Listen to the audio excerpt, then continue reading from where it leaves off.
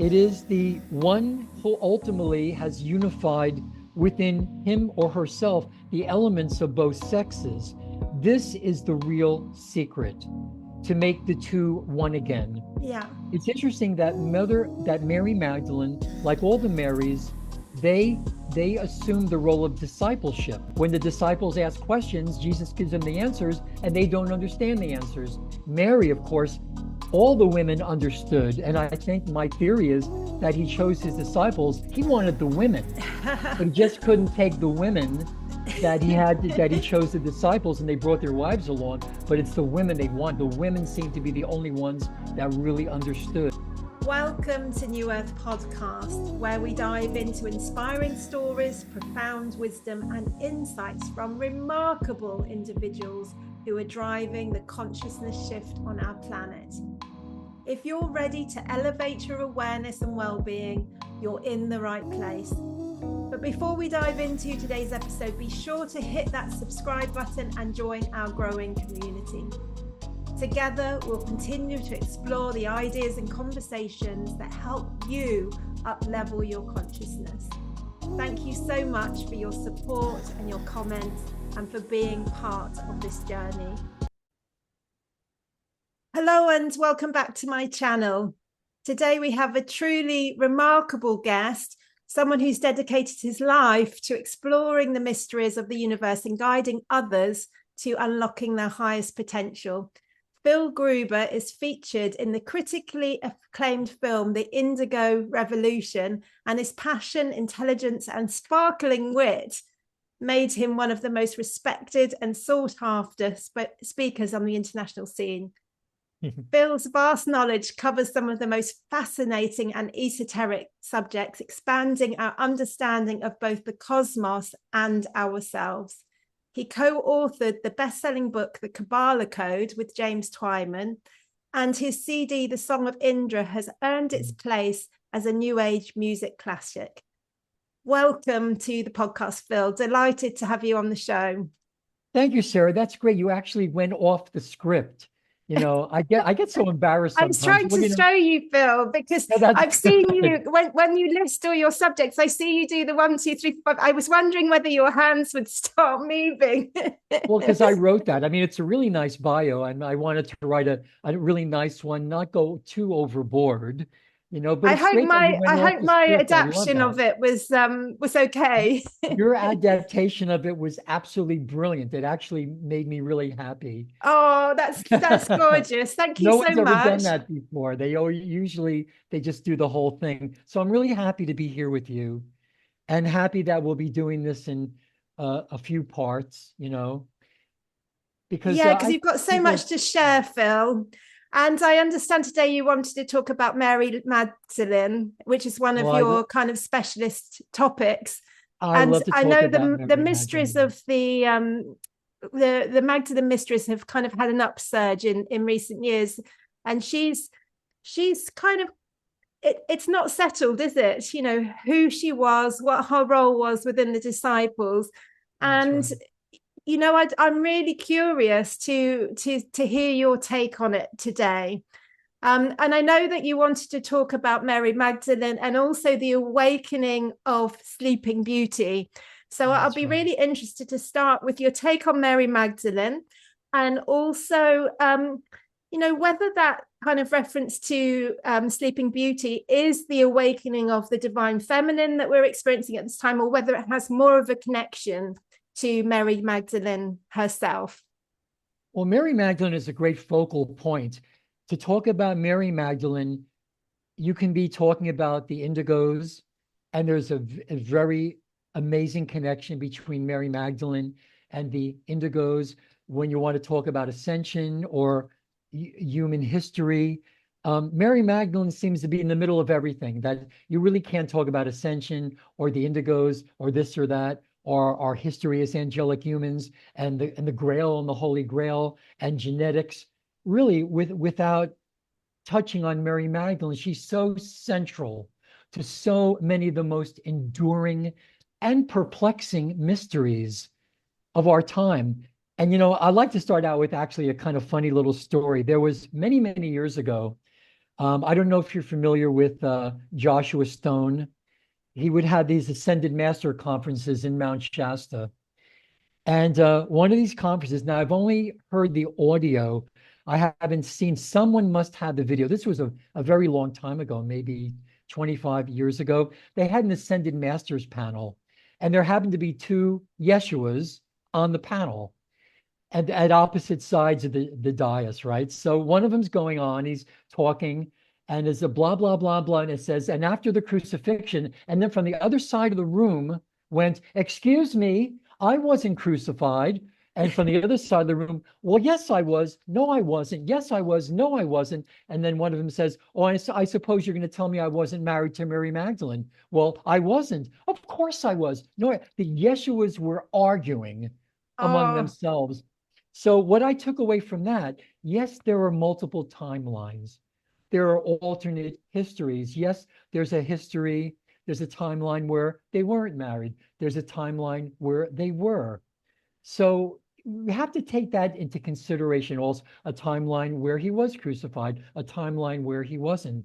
Understanding the timelines is very, very complex. By its nature, it's very hard to simplify some of these concepts. They don't lend themselves easily to simplification because you can oversimplify them and dilute them to the point where they really don't have meaning anymore. A lot of this information is by its nature complicated because it is. Our history goes back so much further than people realize. And the human race is originally an angelic race. It's not like we want to become less human as we evolve. We actually want to come more into our humanity, to be totally. more fully human, because the original Yes, human race is a race of immortal angels. And angelic humanity, we do have an original sacred mission.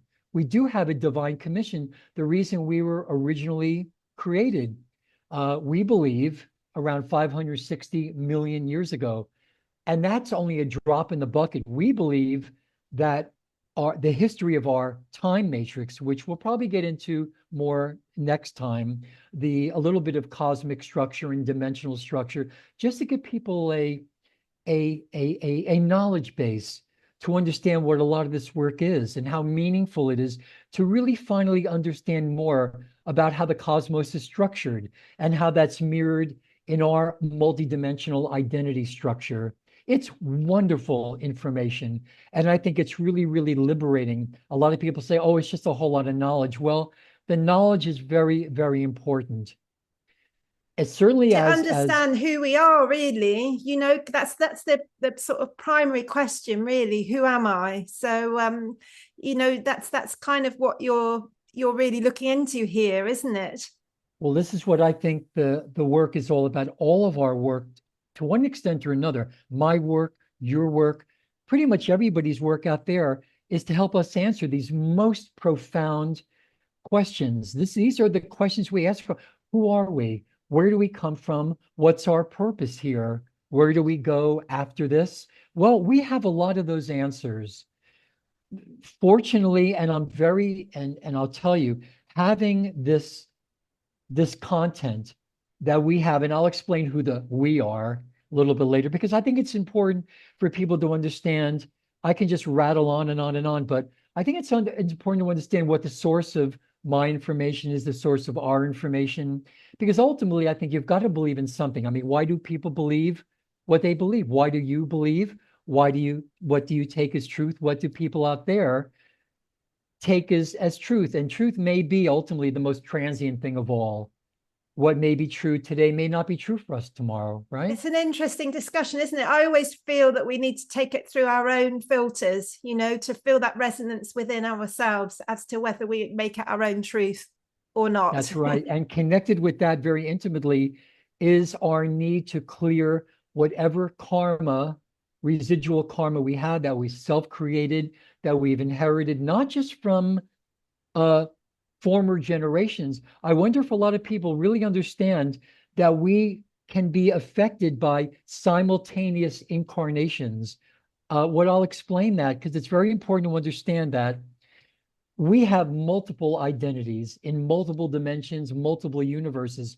What a lot of people, and this is, of course, my opinion, that what a lot of people mistakenly uh, think that their past lives are actually not their past lives. We are members, one of 12, of an incarnational family or a soul family.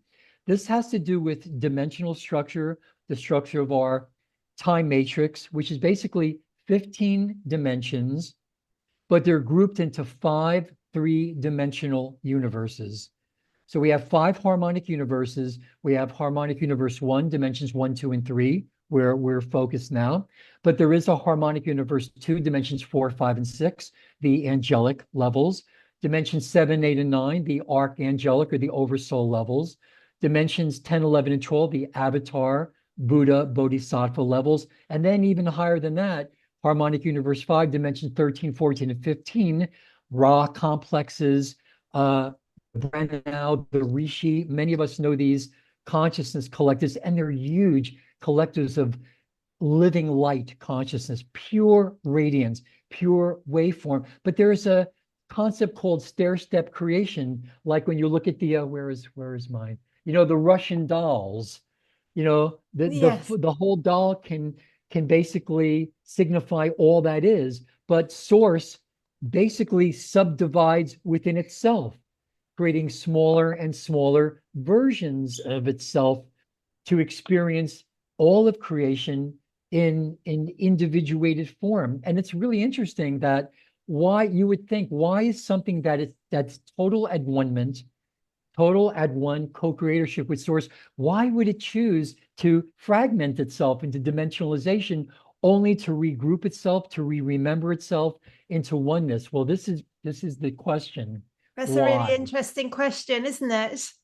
Yeah. I do And a even lot of with, I do a lot yeah, of ancestral healing, and I often find that there's a real overlap as well with our ancestors and our past lives. Is that something you're familiar with, Phil? Sorry, we're going a bit off topic absolutely. here, but I'm so No, fascinated.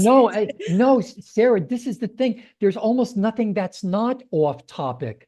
I mean, there's Yes, nothing that's not off topic. Everything can be brought back to these very profound questions. Everything we do, the ancestral healing, everything is to help us remember who we are. yes, And that memory is in no other place than our DNA. This is why, have you ever noticed that a lot of people that do channeling now, they're beginning to sound very similar? The languaging, the tones, a little yes. bit of Asiatic, a little bit of Native American, a little bit of this, a little bit of that. Why is that? Why do a lot of multidimensional channels beginning to sound very similar? It's because the first languages we're going to channel are the ones that are closest to us genetically. Sure. So one of the first languages we'll channel is the language, the original spoken language of the angelic human. It has a couple of names, Anuhazi or Mua. But then you'll have a lot of, as the DNA continues to activate, you're going to be bringing in fifth dimensional languages, uh, Pleiadian languages, sixth dimensional Syrian languages. This is why it's very interesting when someone says to me, "Oh, I'm Pleiadian." Well, yes, but you have Syrian lifetimes, you have Arcturian lifetimes, Orionic lifetimes, Andromedan lifetimes, lifetimes in Lyra. The whole thing is you have these huge consciousness collectives subdividing within themselves, uh, basically projecting smaller portions of themselves into the next lower harmonic universe. It's a big discussion, but just take our soul identity, take an angelic. An angelic, like the other larger expressions of itself, an angel will subdivide itself and send 12 smaller portions of itself. The angelics usually reside in the second harmonic universe, dimensions four, five, and six.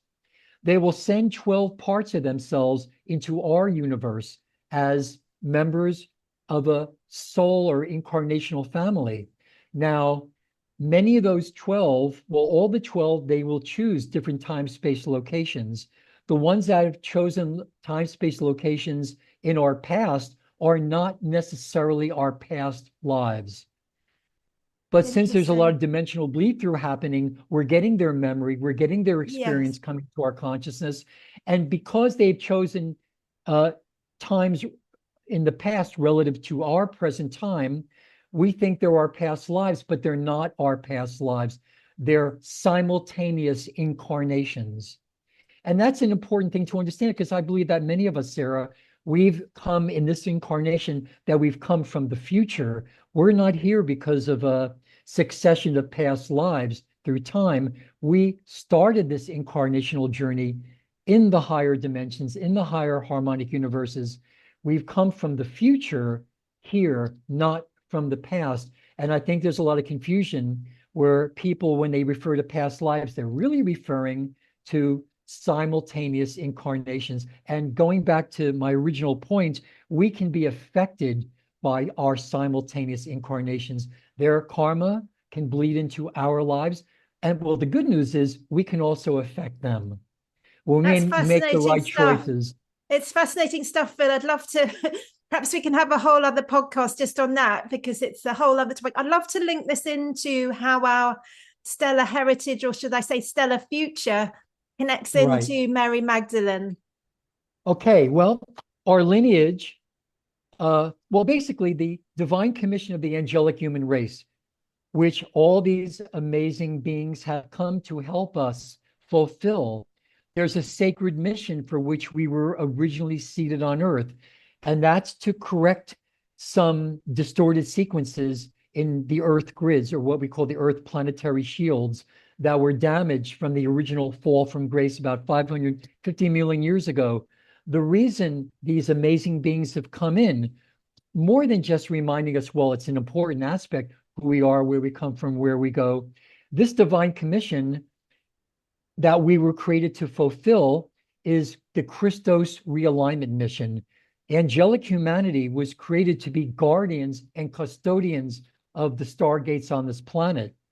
Because if you have control of the stargates on this planet, the stargates on this planet help us to access the interdimensional stargates. So if you have control of Earth stargates, you can control the interdimensional stargates. And that's a very, very important thing.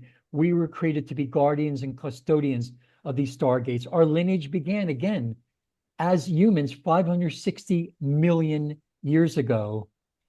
And the Magdalene, well, okay, let's get right to it then. And then we'll hook it up with our divine commission and why we're here. Now, Mary Magdalene is called the daughter of Zion. What could that mean? Well, the legend has it that there was a race of Zetas, the little grays, that were basically dying out. A race called the Athean, or the Mantis, one of the Mantis. And a lot of people are having experience now with Mantis type beings, very large Mantis type beings. We know them as the Atheans.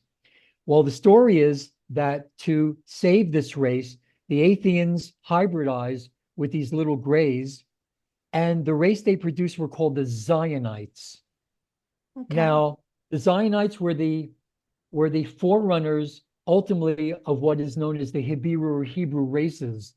The reason Mary Magdalene, all the Marys, the reason that these were chosen to be the priestesses in these temples of divine spiritual science was because Mary Magdalene, like all the Marys, they were members of the tribe of Benjamin, of the 12 tribes of Israel. Now, the Benjamin tribe, the other tribes, they call them they're like what's the name they call them? They are, I'll remember it in a second because I got so much in my head right now. Sure. The other 11 tribes, they want nothing to do with the Benjamins. Why? They call them the abominations. Why do they call them the abominations? Because they are the product, the Benjamin, especially the Benjamin women, are product of the hybridization or the mating of human females with the Anunnaki, with the Nephilim, with the giants. But being the spawn, the product of this mixing of human females and Nephilim Anunnaki, they have very specialized genetic codes. And the Benjamin women, and there are clusters of them in Galilee and Bethlehem, the reason they were chosen for these sacred, positions was because within them they could create very exotic and special biochemistries. they could actually produce very special secretions. Is that like that the could sacred? I had Sandy Humby on my podcast, and she was talking about sacred uh, secretions. Would that be the that's same? exactly what it is. Yes, that's Yeah, that's exactly what we're talking about. We're talking about these sacred secretions. We're talking about these were the Grail maidens. They were capable of producing within their own bodies this starfire, blue. There's a lot of different names. They were the sacred prostitutes. You know, the original meaning of the word prostitute is a woman who is sovereign unto herself. And the original meaning of the word amazing. whore, like Horus, means divine child. It's very interesting how a lot It's of a these bit terms different got now, isn't corrupted. it? She was a sister of a sacred holy order. She was a Magdalene, a daughter of Zion. She was one of the great pillars. She was a woman of noble birth. You know, it's very interesting talking about the UK in the Proto-Evangelium, which is one of the Gospels, the hidden secret Gospels. She's known as Mary of Dalmanutha. Now, Dalmanutha is in Britain, in South Wales. There is the possibility that she was a Welsh princess. Can I just backtrack a little bit, Phil? Because I'm Yeah. fascinated. The sacred secretions, what was the purpose of that? The purpose of that was when you can, because of your specialized genetic codes, special configurations, because it's again mixing of human and angelic. The reason that they were able to produce these very special secretions was even today, men are drawn to these temples of sacred science, the Holy of Holies, or let's face it, the Hole of Holes, which is what it really means, to go into the Holy of Holies to have a little taste of the Christos. The women, they were sacred servants. They were priestesses of Isis, Astarte, you know. When you wanted to have a return to innocence, a partaking of the virgin birth or rebirth, you would go to these sacred priestesses. And because in sacred relations, the sex was so sacred, so unbelievably powerful and tantric, that to have this kind of relationship, you would go into the temple because it was so sacred. But the reason that they were these hierodules, these sacred servants, was to give these men a taste of the Christos, a Okay. taste of that oneness, because in intimate relations, there's a lot you can do where you can interface energetic fields. You can transfer a lot of information and Yes. codes to someone in intimate relations, basically. So these were the whores, the beloved ones. They were the women in the Temple of Thoth. They were the mysteries of the House of Books. You commune with the Christ through the agency of the Grail. Grail can be a lot of things. Sacred cauldron, all women. You go into the sacred enclosure, the bridal chamber. Now you can do it. There is an upper wedding chamber and a lower wedding chamber. You can just unite the pineal and the pituitary. A beautiful rainbow arc of light can give you a lot of these initiations, or you can do it through sacred sex. You you experience what's called the immanence. Women have this. Women have, it's funny that the Pope refers to himself as the eminence, but women, the divine feminine, the goddess, there you can touch the presence of the infinite God in this world. It's the indwelling of the living God. It's the vibration of the sacred names within the bridal chamber when you're involved in this sacred sex.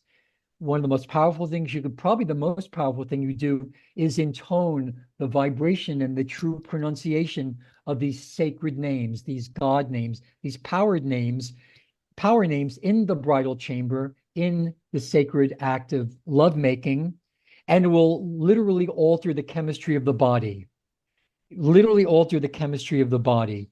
So Mary Magdalene holds a very special place. She becomes what's called the nukva, the spiritual nukva. It's the daughter and bride. She represents the Shekinah or the Shekinah. This is the presence of God, the indwelling presence of God, which has been denied for a very long time. That it's legend has it she's in a state of exile.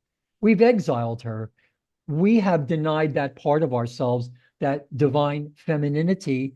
But when we rebuild the temple the temple of man, the temple within us, then she will return in her dazzling white radiance, and she will be the liberator of matter in That's the what we're lower doing right worlds. now, isn't it? We're awakening the divine feminine. This is New Earth podcast, so this That's is the right. journey of New Earth, that integration of masculine and feminine within men and women. It is the journey. It is the one who ultimately has unified within him or herself the elements of both sexes.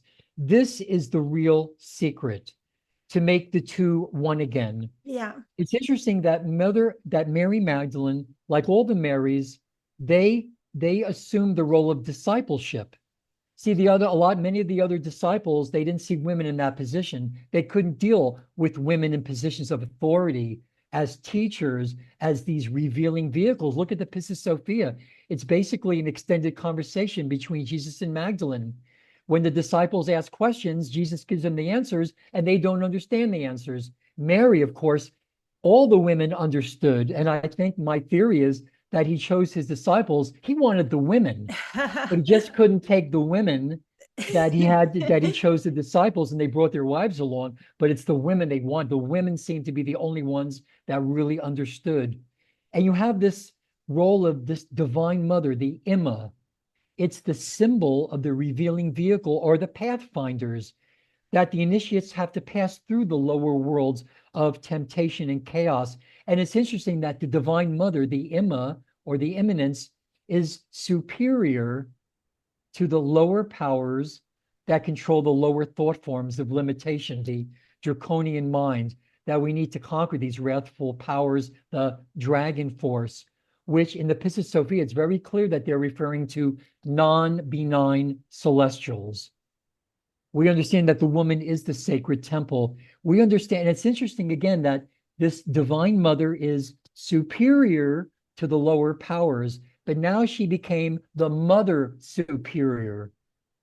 See, it's very interesting that when Jesus said you have to be like a man in the Gospel of Mary, meaning that like men, women, like Mary Magdalene, like all the circles of Marys, they can work as administrators. They can work with administrative energies. They can preach. They can teach the higher wisdom, the greater Sophia. Mary Magdalene always displayed the mind of a teacher. Again, these were Benjamin women. The other tribes considered them abominations because, again, they were the product of human females who many times didn't even survive the rapes. Anunnaki, Nephilim, it wasn't sweet. They were known as the rapist also.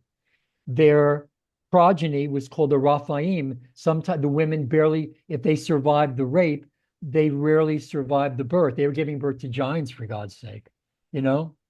But one of the interesting things about Mary Magdalene and all the Marys, that they were raised in very chaste environments within these specific holy orders. They were chosen as children to be trained in the temple, in the mysteries, in the sacred sexual stuff, which we can get into a little more detail when we have in future ones.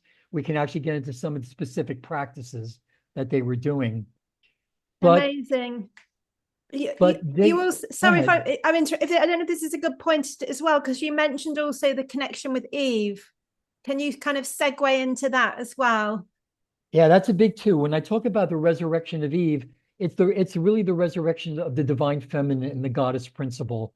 That Eve really got a short shrift. She really got the bad end of the stick, whatever the expression is. It's to really Eve to get her name back, to resurrect this concept of the divine feminine and how important it is.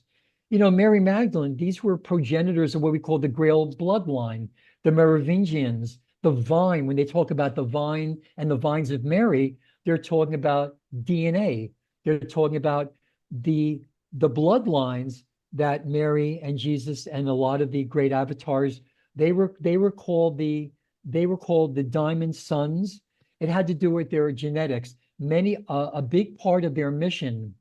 You see, when you come into incarnation, whatever higher universe you came from, and you spiral yourself through these sets of stargates, like the avatars do, you have to go through the Earth's core. And then you have to go through one of the planetary stargates, which relates to the universal stargates. That's why a lot of people see 1111 on the clock. And I like to Yes. talk about that a lot because 11th dimensional Lyra is the cosmic nursery. All of what we understand comes out of the cradle of Lyra, 10th, 11th, and 12th dimensional Lyra. And really, the healing of humanity it has to occur. What has to happen is people have to realize our common origins. The healing of humanity is only going to happen when we understand the common creation that all of us have evolved from. And that's the cradle of Lyra, and that's the Christos. That's something we all have in common. But some of these races, because of decisions they made to hybridize without a regard to the sovereignty of the races that they used, or inbreeding, they reverse some of their DNA codes. They cannot link with the full Christos, and they cannot evolve out of the time matrix. They're trapped in time. We can talk about that next time, the origin of the Christos, anti-Christos paradigm. But when you come into incarnation, when you come into the stargates, when you come into the Earth's core, through one of the Earth stargates, you leave imprints of your DNA. One of the agendas of the original Christ mission was to be able to set that pattern in the planetary core so that all incoming souls would get that DNA 12-strand pattern. I think it's happened now. It's been fulfilled because of the advent of the indigos. The waves of indigos that have been coming in for a long time now have impressed their DNA, their genetic pattern on the Earth's core, the sphere flame of Amenti, that all incoming souls now, and everybody on the planet has the same potentials, which is to evolve to at least being fully embodied avatars in That's one so immortal lifetime. This is interesting. our original design. That's so interesting. I'm interested in the stargates because you said earlier that the Earth stargate was like almost like the key, I think you said, to multi-dimensional stargates. Well, And Earth has its also, own, I'm yeah. interested what you're saying about the indigos, almost like bringing in codes and energies that are, you know, I'm sorry, I have to use my own words, awakening Gaia. Okay. Yeah. So, are the indigos almost like stargates? Are we all as human beings almost like stargates, having that kind of potentiality within ourselves? Well, we do have an inner set of stargates. We do have an inner set of stargates. In one of the great Kabbalistic texts, the gates of light, they're described in detail. Right now, we have the advantage of an ascension cycle. These frequencies are coming in.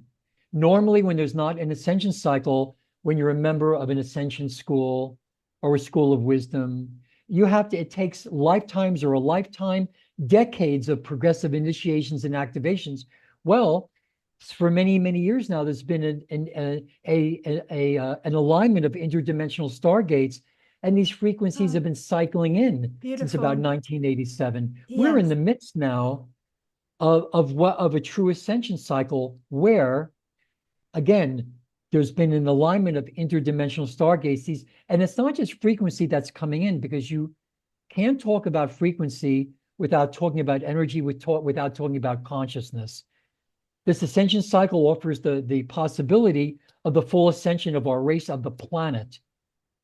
And there still is that possibility, although we're on the back end of the stellar activation cycle, where the major vortices on the planet had to have opened to receive these higher frequencies, these dimensionalized frequencies from the higher universe. They had to open and stay open. First one to open was the Painted Desert in Arizona. A lot of people think it's Sedona, but Sedona is the secondary vortex. But I will tell you, the Native Americans there and others in the know, they know it's the Painted Desert in Arizona. Second was Jerusalem. Third was Tibet. Fourth was Giza. Fifth, Machu Picchu. Sixth, Russian, the Caucasus. Seventh, Lake Titicaca. Now in 2012, the 7 major vortices on the planet, they completed 2020, 12, 2017, their opening cycles. But just as they needed to stay open and stay open, now they're in their closing cycles. And so they need to close on time. The one that's scheduled to close now, interestingly enough, is the Russian-Ukrainian vortex. Oh, goodness. Its epicenter is in the Caucasus, but there are many secondary vortexes in the Ukraine. That's why this war has to end. Yes. And it has to end very quickly. Yeah. Yeah. Or else that Stargate, that vortex, is going to be compromised. Yeah. So again, the windup is that you look at all the conflicts on this planet. When you study the maps of the Stargates, the locations on this planet, for example, the 1111, just speaking personally, I know I come from 11th dimensional Lyra. I'm not here. I have no resonance with past lives, but I understand that their lives are bleeding into my conscious mind. Those of my soul family, incarnational family, the other 11.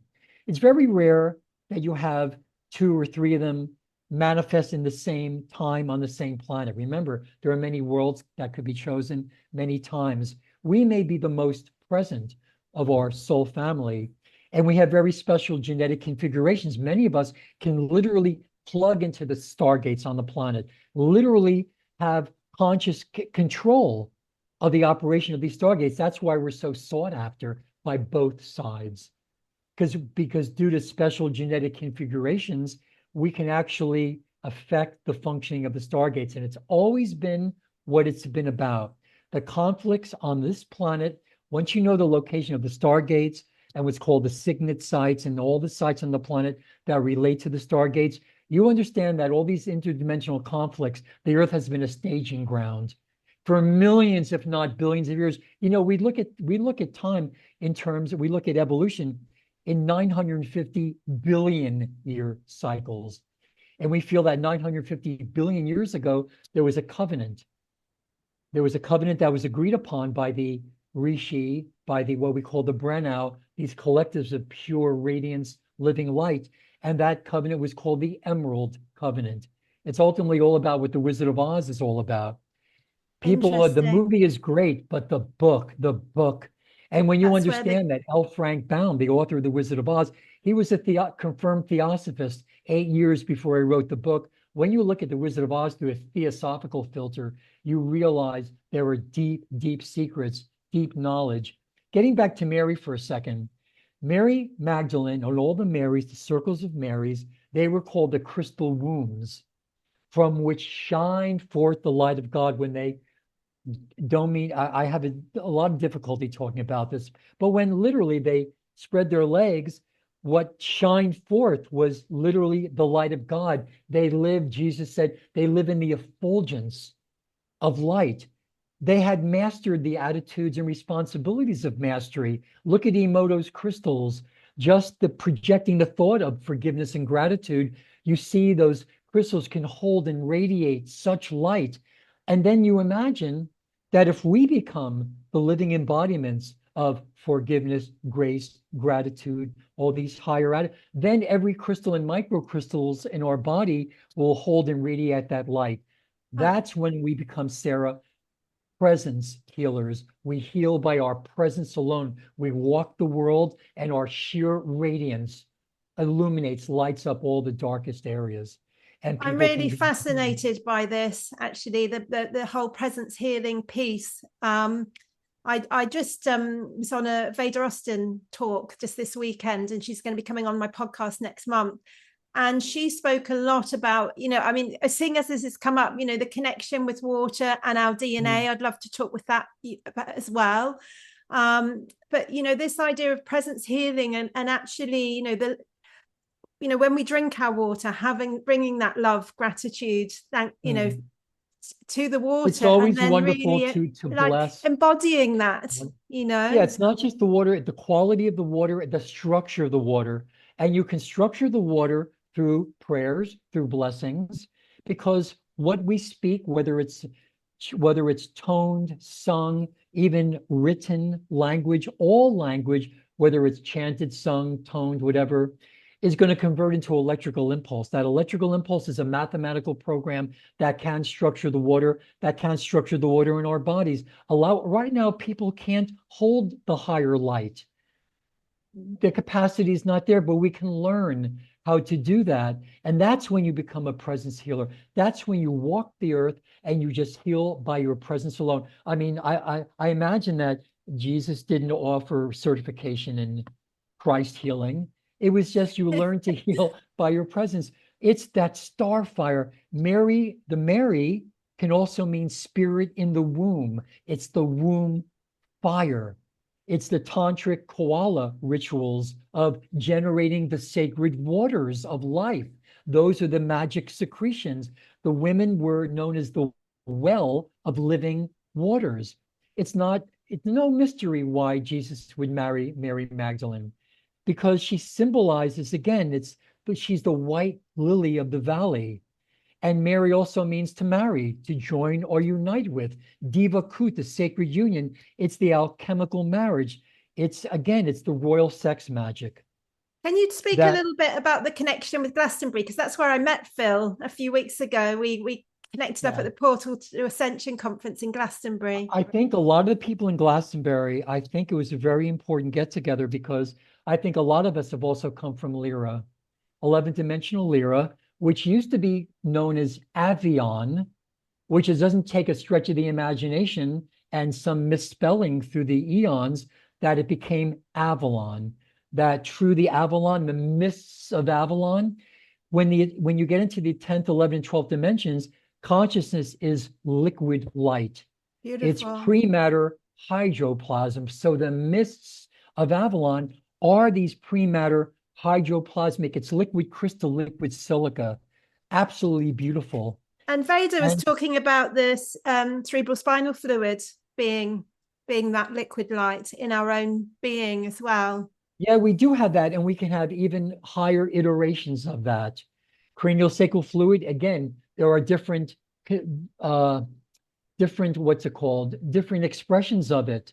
When you get it, same with lymphatic fluid, same with all the fluid in our body, it can be made to restructure itself, to hold the higher frequencies. And the royal sex magic was very, very important.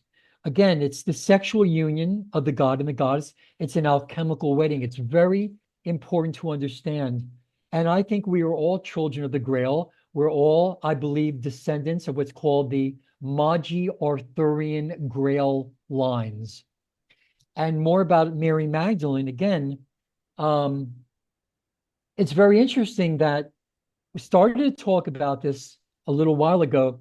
They were raised in very chaste environments. They had, what do you call it when the women have to be chaperoned, I guess, right? Like a chaperone, yeah. Because there are a lot of rules apply when you're chosen to be wedded. You're under authority of 7 priests that are called the demon priests. When you're released from the 7th demon priest, then you are ready to get married. So she wasn't exorcised of 7 demons. Right.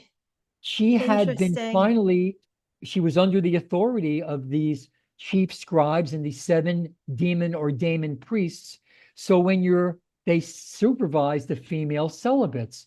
And when women were released from the charge of these 7 demon priests, when they're released from conventional ties in order to marry, that's been mistranslated as being released from 7 demons. Nothing could be further from the truth. But at the same time, Sophia, the divine wisdom, is portrayed in a fallen state. She's pictured as lost in the world, searching for her source, like we search for our source. And there's a Greek word called pathos, not pathos, P-O-T-H-O-S. And that's that transcendent longing that a lot of us feel. We felt it since we were children. Yes. Right? That we're here, but we don't exactly belong here. Yeah. And so we need to be redeemed from literally prostituting ourselves in the lower worlds. And isn't it interesting that men we still have something, not personally, but speaking personally, but isn't it interesting that men are still guided to want to go to these temples of divine spiritual sexual science? Well, they're known as brothels now, but originally these were temples of divine science. And they worked with these beloved whores to get a taste of the Christos and get initiated. And so when we have these experiences, we connect with the ongoing moment of creation. We realize that we are made of divine substance. We are created from meta substance. that we come from a higher divine blueprint, and we go into an ecstasy, ecstasis, out of stasis, into a dynamic phase that mirrors that primordial emptiness that underlines all reality. It's the Black Madonnas. They represent the alchemical process, the prima materia. Everything comes from the void, from the blackness, from the darkness. Everything that will ever exist is evoked or invoked from the void with our thoughts. We project thoughts into the void, giving the consciousness in the void everywhere a pattern, a blueprint, a framework upon which to dimensionalize itself. Look at Here Comes the Bride. That's a perfect fifth. Bum, bum, bum, bum, bum, bum, bum, bum. And what's the opposite of that? That's connection. The opposite of that is police sirens. See, Right. that tends to disrupt us. Yes. But Here Comes the Bride, that's unification. So again, it's the divine marriage. It's the overcoming of our divided natures when you make the two one. And that's what we say when our heart is open to these spiritual dimensions, that woman, that divine feminine, can help us rediscover within themselves. Then we're in the immediate presence of something wonderful and holy, like one of the line in 2001. It's what something wonderful is happening. So for man, the union of God can be seen in woman. That woman is the most perfect and complete contemplation of reality. Even in Islam, you have Al-Rahman, the all-merciful womb. That's where you find it. It's the woman, it's related to Ruach, the holy breath. When it says in the Gospels that Jesus kissed Mary on the mouth, it never says on the mouth. The word kiss comes from the Scottish, our modern word kiss comes from the Scottish Gaelic kaif. Kaif means to appear without disguise. So when it says that Jesus kissed Mary, yes, to kiss means to share the same breath, to share the same spirit. And the worship, the holy breath is worshipped above all else. For the sovereign space which rule the unnumbered stars is the air we breathe in and the air we breathe out. And in that magic moment at the top of every inhalation, it builds electrical charge. All the secrets of the infinite garden can be found in the breath. And this is why Ruach HaKodesh, the holy breath, is a feminine noun, right? It's the new Eve. It's, again, the resurrection of Eve is a collective personification, renewed of and redeemed from a state of prostitution in the lower worlds. The divine feminine principle to get to heal the shame. One of the old words for angelic identity is shamed. So it's kind of like reinstating the feminine and in the rightful place within the hierarchy, in the spiritual hierarchy, in a way, because that's exactly what I say. Yeah. It's to place the divine feminine back to her rightful place in the spiritual heart. You do it in memory of her. Now, when you come from 11th dimensional Lyra, when you've cycled yourself through the stargates, that's how you get there. Stargates are simply sets of black and white holes. You go in the magnetic black hole, out the electrical white hole. All stars and planets have at their cores stargates. Everyone. Earth has a very special one because it connects with the fifth dimensional version of Earth, which many people know as Tara. There is an eighth dimensional version of Earth that we know as Gaia. Gaia, of course, can represent the physical Earth and the feminine aspect of it. But Gaia is actually the eighth dimensional version of Earth.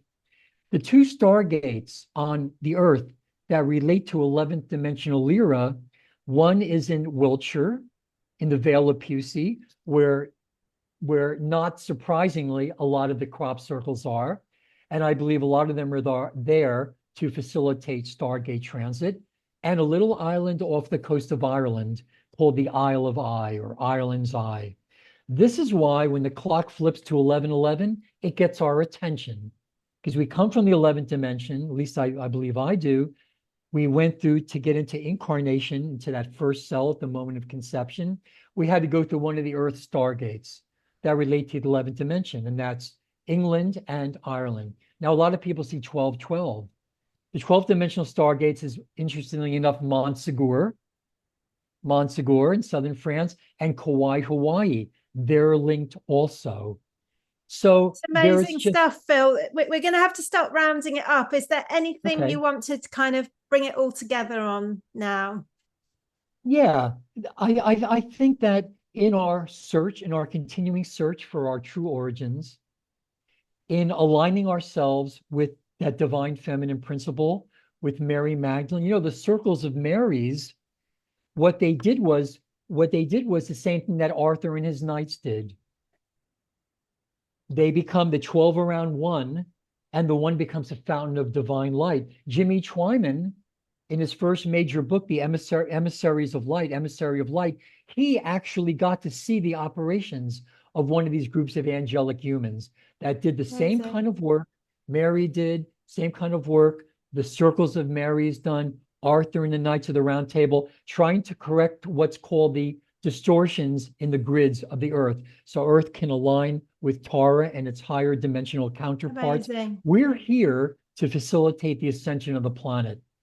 And to do that effectively, well, I offer the mentorships. There's a lot of, I'm not saying that what I offer is the know all end all, but I put a program together that I'm very, very proud of, you know, that helps us understand this. And Mary Magdalene is a real big part of this because I think we're all genetically related to her. So there's a part of her in all of us. And I think Beautiful. it's been the denial of that which has put us in the position we're in, and also why we're getting this amazing influx of teachings that a lot of us simply aren't ready for, but we're trying our best to be ready, to be worthy of these amazing accelerated and advanced teachings so that we can be of sincere and dedicated service. The work you do, the work I do, the work we're all doing, hopefully is to be of service to the planet. And the greatest Ah, success is to be of service to the most. thank you so much, Phil. And I'm going to pop your email in the links in the description underneath this video so people know how to get in Oh, contact with you if they're interested in your mentorship or anything that you have to offer. Thank you so much. It's just so much wisdom, and I'll well, thank definitely be you, having you back on Sarah. again. Very So, special name, as we know, right? oh, A lot thank of you so history in much. that And name. thank you, You're very everyone, for welcome, Sarah. listening. Do hit the Okay. subscribe so you can get more New Earth podcasts.